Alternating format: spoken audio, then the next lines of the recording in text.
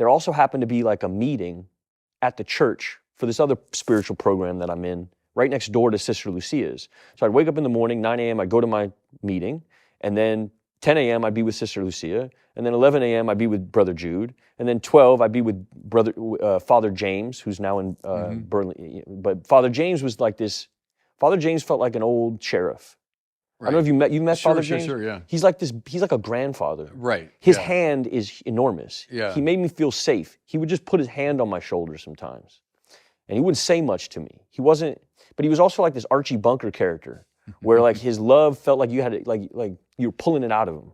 Yeah. But he's always around, and I started falling into this group, and I'm living there, so I'm taking showers in there, and I'm eating with them, and we're hanging out, and they're drawing you into the Christian, the Catholic thing. They're kind of drawing you into the gospel, into a certain way of life. But more than that, it's not even like they're drawing me into like laughter. They're like sharing jokes with me. It's like we're just like hanging out. And at this time, I had no friends in my life. What did Jesus do with people when he first met them, typically? He'd eat and drink with them. So you think of Jesus, well, he's giving the Sermon on the Mount. Well, yes, he does, but the typical move of Jesus was, well, let's get around the table and we'll talk. Yeah. And he's talking to prostitutes and sinners and tax collectors, and so that move of theirs, to kind of draw you in. Yeah. Draw you into their life. Yeah, and I'm eating their ice cream, and I'm eating them out of house and home, and I'm filling the tacos back up, but like I'm really like, they're not asking nothing of me.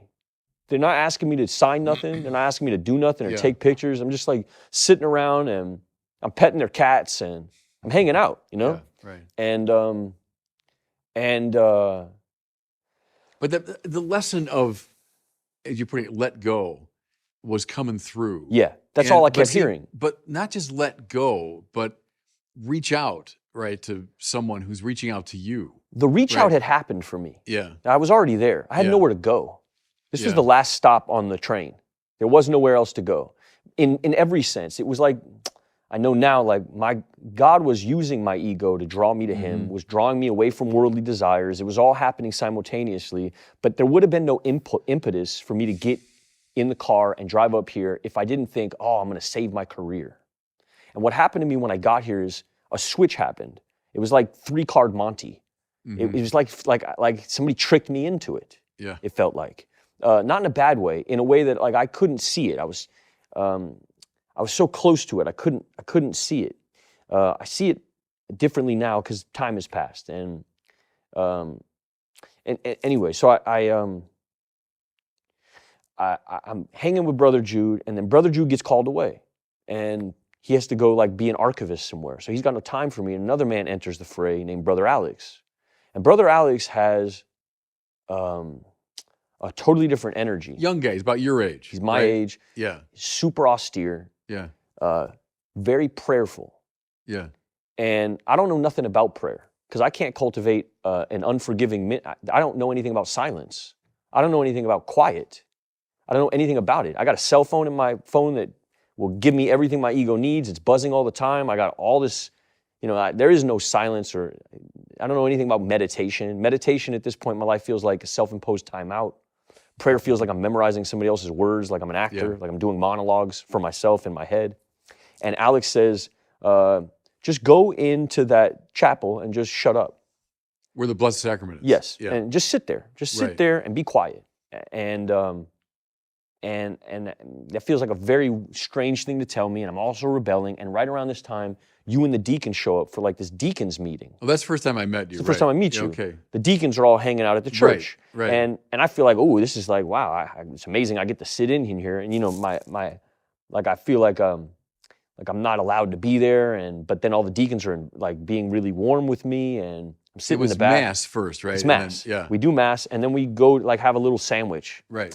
And you do this talk about prayer. Yeah. And how it's really a simple 4-step process, prayer, and I needed somebody to simplify it for me, because it felt like, one, I needed it to be defined. I didn't want it to be this esoteric. I needed something very defined and very practical. I needed something very like boots on the ground. And you said, quiet leads to loving thoughts leads to loving action leads to peace.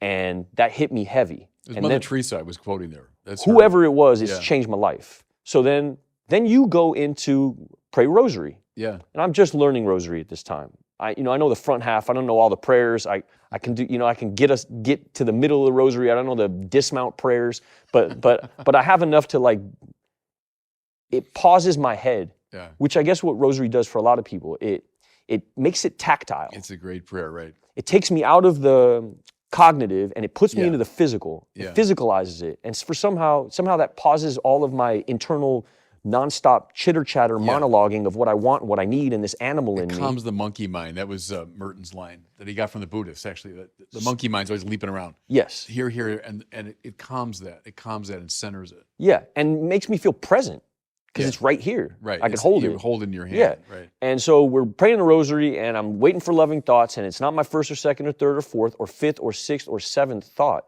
But then I hear a thought like, call your mother, tell her you love her. Now, me and my mother at this time, my mother don't want nothing to do with me.